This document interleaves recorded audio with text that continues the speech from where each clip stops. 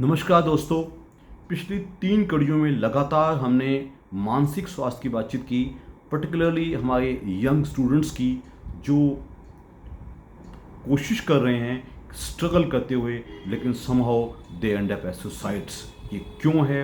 हमने बातचीत की इसके क्या कारणात हैं, हमने बातचीत की इसके क्या साइन एंड सिम्टम्स हो सकते हैं, हमने बातचीत की कि इसको कैसे समाज के दूसरे लोग पहचानें और जल्दी पकड़ें और जल्दी इस चीज़ को कंट्रोल किया जा सके।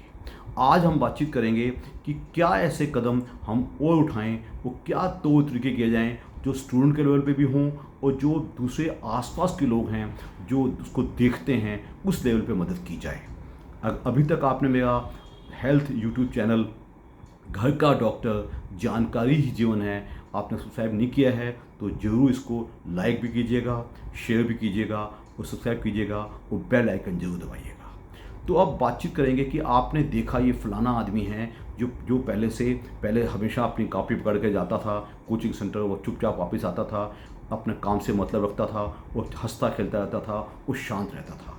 उसको आपको लगता है कि ये कुछ नॉर्मल बिहेव नहीं कर रहा, he is not well kept, इसके बाल अच्छे नहीं बहाए हुए, इसने नहाया नहीं हुआ, कपड़े गंदे से पहने हुए हैं, स्वास्थ्य इसका डाउन चला गया है, इसका वेट लॉस हो गया है, इसकी मेस से पता चलता है वो टाइम पे खाना खाने नहीं आता। तो आप क्या करिएगा? एक तो तरीका ये था कि जहाँ भी वो जो अगर वेल फॉर्म्ड कोई काउंसलिंग सेंटर है तो वहाँ रिपोर्ट किया जाए, या स्कूल में या कॉलेज में या क्लास में, कि भाई ये लड़का ठीक नहीं है। उसको कैसे अप्रोच किया जाए? जो अप्रोच होनी चाहिए वो ऐसी कभी ना हो जिससे उस स्टूडेंट को वो उखड़ जाए, वो आपकी मदद स्वीकार ना करे। वो सहानुभूति वाली नज़र होनी चाहिए, मदद वाला रवैया होना चाहिए और प्यार से उससे बातचीत करनी चाहिए। इसके अलावा लोग पूछते हैं कि डॉक्टर साहब स्टूडेंट के मन में क्या गुजरता होगा। ये मैं पहले ही गुजर चुका हूँ। ये एक्सट्रीम डिप्रेशन होता है, एक फीलिंग ऑफ हेल्पलेसनेस कि मैं असहाय हूँ, मैं कुछ कर नहीं पा रहा हूँ, मेरी ज़िंदगी वीरान है, मेरा कुछ होगा नहीं, मेरा कोई भविष्य नहीं है।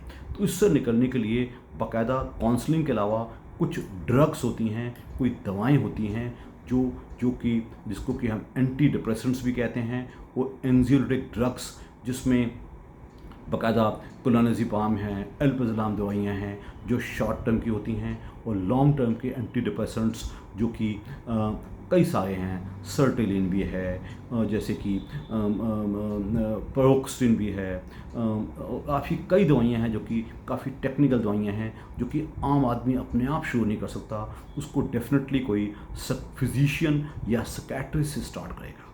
तो उसको उस जगह तक पहुंचाना, पहले एक काउंसलर के पास, दूसरा एक साइकोलॉजिस्ट के पास, तीसरा उसको साइकियाट्रिस्ट या फिजिशियन जो उसको देखे और प्रॉपर मदद दे पाए, उसकी तकलीफ़ को बराबर डायग्नोज किया जाए, उसकी तकलीफ़ को तवज्जो दी जाए, उसके तकलीफ़ को वज़न दिया जाए और ये एहसास किया जाए कि यस मदद की ज़रूरत है। और ये काम मैं बता दूं इतना आसान नहीं है, क्योंकि जो ऐसे लोग होते हैं वो मदद स्वीकार ही नहीं करते, वो हर चीज़ को कहते हैं मुझे कुछ नहीं चाहिए, मुझे कुछ नहीं चाहिए। तो हमें इन चीज़ को पढ़ना है और बाकायदा सहानुभूति से अच्छे तरीके से उसको अप्रोच करना है और उस बच्चे की मदद करनी है। ये बहुत ही ज़रूरी है। फॉर एग्ज़ाम्पल एक ऐसी जगह पे जैसे फॉर एग्ज़ाम्पल कोटा, पता चला कि लड़का बहुत दूर से आया है, थोड़ा मध्यम वर्ग के ख़ानदान का लगता है, कपड़े ख़राब पहने हुए हैं, चुप हो गया एकदम, वगैरह वगैरह। तो कहते हैं उसके पेरेंट्स को इन्फॉर्म करना थ्रू हिज कोचिंग सेंटर, ये बहुत ज़रूरी है।